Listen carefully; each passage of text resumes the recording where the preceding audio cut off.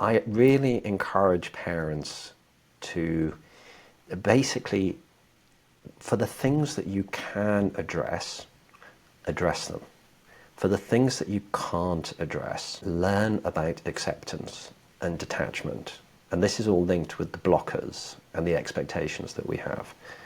Because we spend an inordinate amount of our time stressing about things that we can't change, and it makes us feel powerlessness and we feel the injustice. It is much healthier for us to accept some things that we don't want to accept. But the reason why I link that with hope is you should always have hope, because you just don't know how things are going to change in the future. I mean, kids who have been cut off for years and years and years do suddenly pick up telephones, or do suddenly message, or do turn up on doorsteps. This stuff happens.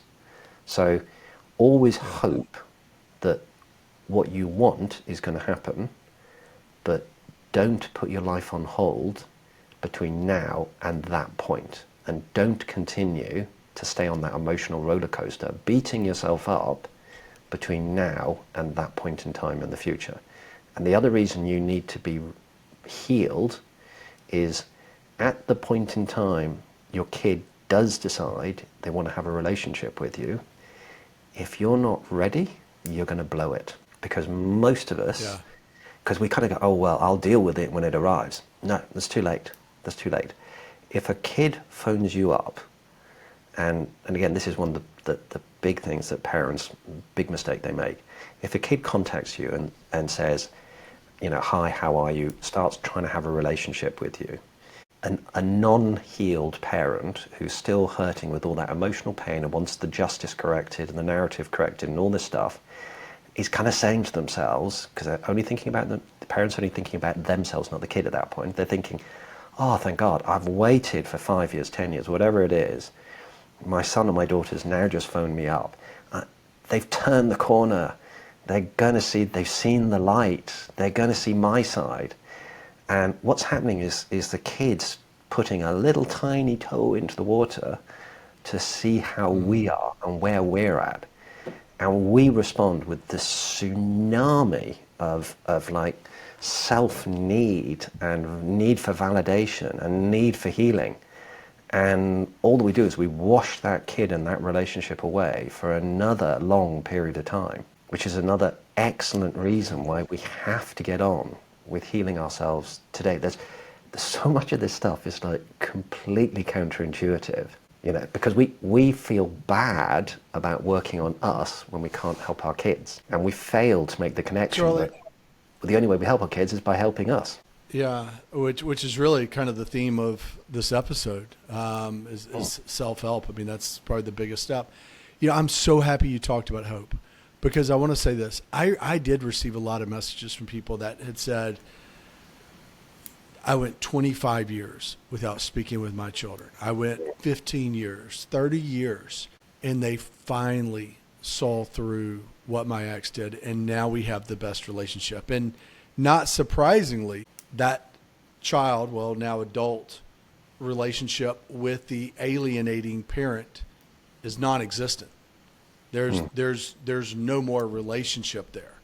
Once they saw what was happening to them, or there's very little of a relationship. And I think, it's that hope, having patience, praying, and doing all you can, right? And doing all you can. And from what you're saying, self-help is pretty much where it starts. Absolutely. I would encourage everybody to kind of look at their own emotional roller coaster and say, what am I experiencing? And really get into the granular elements of what am I really going through? Because you can then start addressing your insecurities, our own insecurities and our vulnerabilities. And the more that we do it, I call it conscious thinking. It's just starting to become really aware of the stuff that's going on in your head. And the more you do it, the more you can start addressing these things. And it's onion layers. You start with the big ones and you kind of work your way through. And it's a lifelong journey. I still do it when I'm with my Yeah. kids. They're now, 30 and 32, and I'm having conversations with them. And they'll say something, and I go, oh, thank you, little trigger. Yeah, good. Okay, there's another one for me to Yeah. address. But they won't get any response from me at the time because I've become very good at that. But I'll know inside of me, yeah, that's another one that I just need to get rid of. But the other half of that equation is healing yourself and letting go is one half. The other part is, so, and I call it the rear view mirror, because we live our lives by constantly looking at our past experiences, and that becomes our reality going forwards. So if we had a bad experience, some of these bad experiences we had as childhood, we're constantly expecting that to happen again and again and again and again and again going forwards. So we're driving the car by only looking behind us. And when you think about all these insecurities and vulnerabilities, they're past experiences that are still with us, and we're just looking in the rearview mirror all the time. So you want to take that rearview mirror down and look at the windshield. And so this is why I say to parents, be clear about where you actually want to go. So half your healing process is getting rid of these insecurities. The other half is saying, okay, what's the stuff I need to change? So I want to get rid of all the insecurities. That's one part of it. I need to change as a parent. I need to adapt my parenting style. That's another part of it. I need to, as we were saying before, see everything through the eyes of my child. That will help me to kind of be the version of me that I need to be going forwards that is really going to help my kid. And the other thing is giving yourself permission to get back on with your life.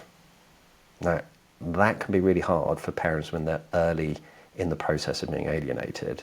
But I would encourage you, even then, to start thinking, right, what most people don't get is this doesn't go on for weeks, days, and months. This goes on for years and decades. Yeah. And so, when you realize that and you think, okay, am I really going to put my life on hold for 5 years or 10 years or 15 years or 20 years? That's crazy.